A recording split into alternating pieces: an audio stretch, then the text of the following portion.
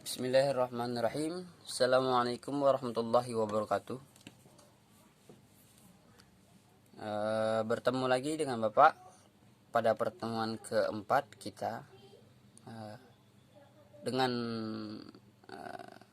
kendala minimalis dengan menggunakan dunia virtualisasi. Baik, apakah semuanya hadir? Nanti Bapak sertakan link absen untuk kalian.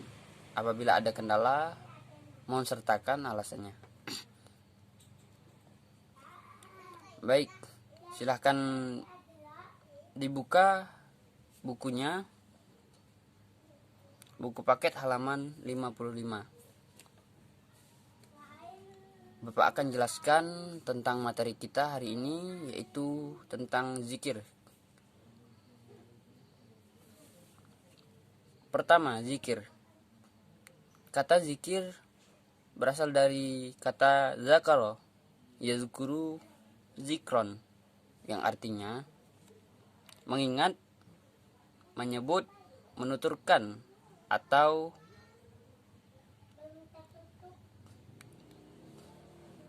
merenungi.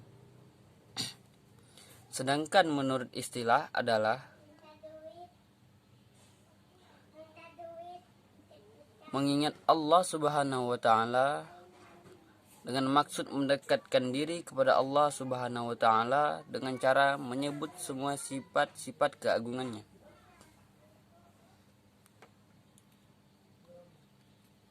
Seperti membaca tasbih, tahmid, takbir, dan tahlil. Sebagaimana yang diterangkan di dalam Al-Quran, A'udzubillahi minasyaitonirrajim. Bismillahirrahmanirrahim. Fadhkuruli azkurkum washkuruli wala takfurun. Shadaqallahul azim. Yang artinya, maka ingatlah kepadaku, aku pun akan ingat kepadamu.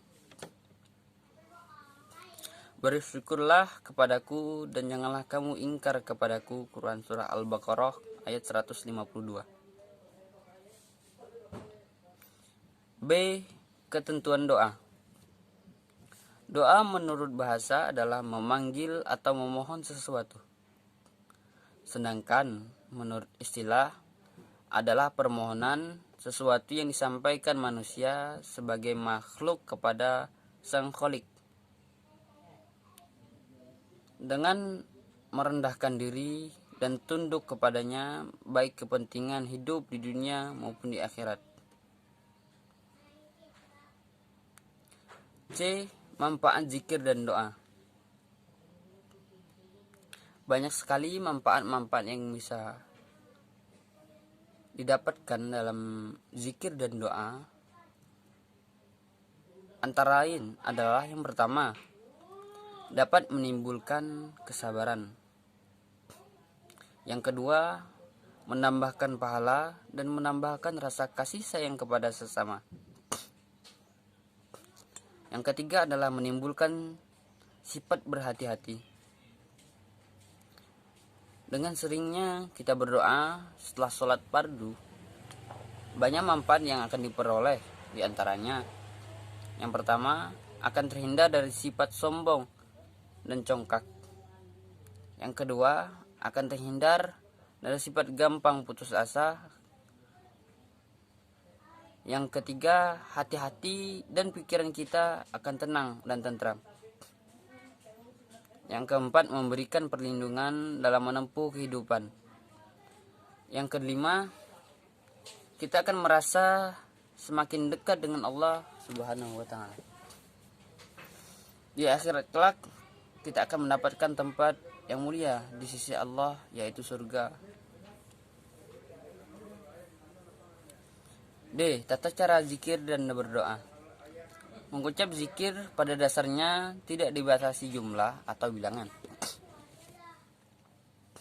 Dengan demikian, mengenai lafaz, waktu, cara, dan tempat melaksanakannya.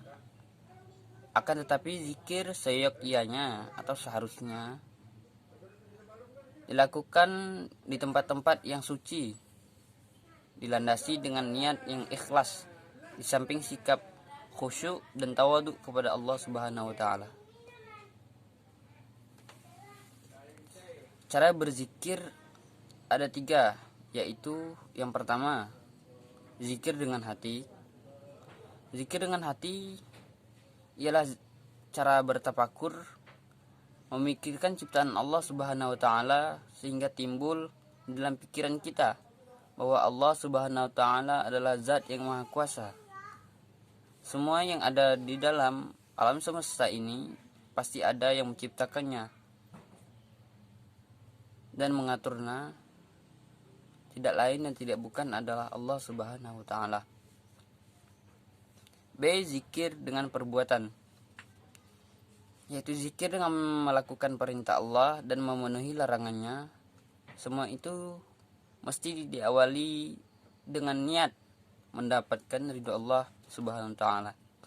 Jadi menuntut ilmu, bersilaturahim, mencari nafkah, dan amalan-amalan lainnya yang diperintahkan oleh agama, termasuk dengan ruang lingkup zikir dengan perbuatan. C. Zikir dengan ucapan. Zikir dengan ucapan yaitu dengan cara menyebut nama Allah dan mengucapkan kalimat-kalimat thayyibah, sehingga setiap kali amalan-amalan, setiap kali menyebut namanya semakin bertambah keimanan kita kepada Allah Subhanahu wa taala. Contoh-contoh zikir. Takbir, Allahu Akbar, yang artinya Allah Maha Besar. Yang kedua, tahmid, Alhamdulillah, yang artinya segala puji bagi Allah Subhanahu wa taala.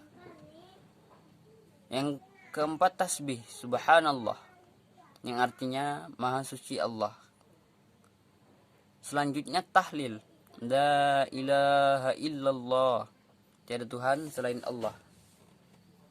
Selanjutnya istighfar, Astaghfirullah, yang artinya aku memohon ampun kepada Allah yang Maha Agung.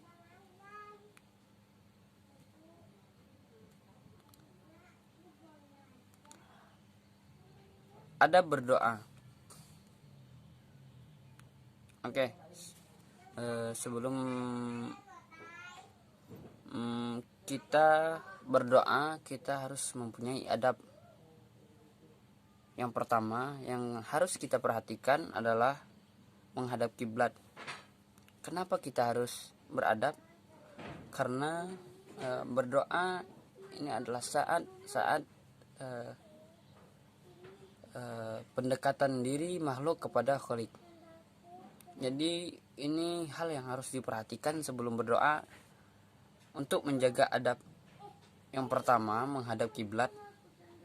Yang kedua, memperhatikan saat yang tepat untuk berdoa, seperti di tengah malam dan sehabis sholat fardu.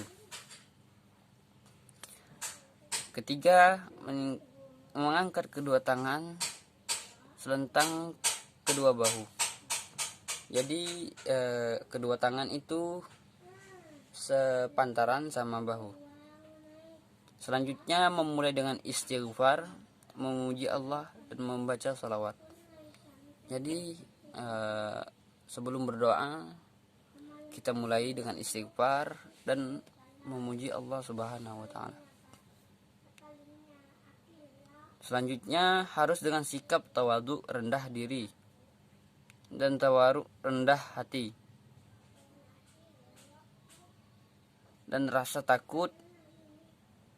Hendaklah disertai dengan hati yang khusyuk dan meyakinkan bahwa doanya akan dikabulkan oleh Allah Subhanahu wa taala. Selanjutnya, menyederhanakan suara antara berbisik-bisik dengan suara keras. Jadi suara kita tidak terlalu berisik dan tidak terlalu keras. Selanjutnya, tidak berdoa untuk keburukan atau memutus tali silaturahim. Selanjutnya, tidak terburu-buru, maka doanya tidak akan dikabulkan. Selanjutnya berdoa tidak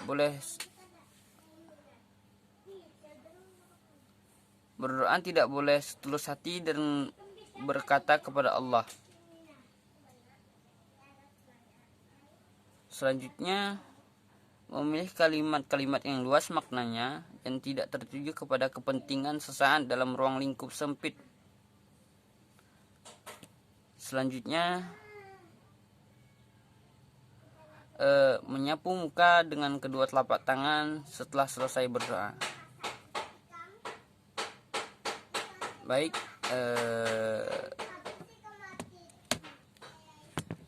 setelah Bapak menyampaikan materi, Bapak akan kasih tugas. Nanti Bapak kirimkan soalnya, kemudian kalian menjawab. Setelah kalian menjawab, kalian kemukakan alasannya mengapa kalian menjawab tersebut. Sekian dari Bapak. Kita akhiri pertemuan kali ini dengan mengucap Alhamdulillah.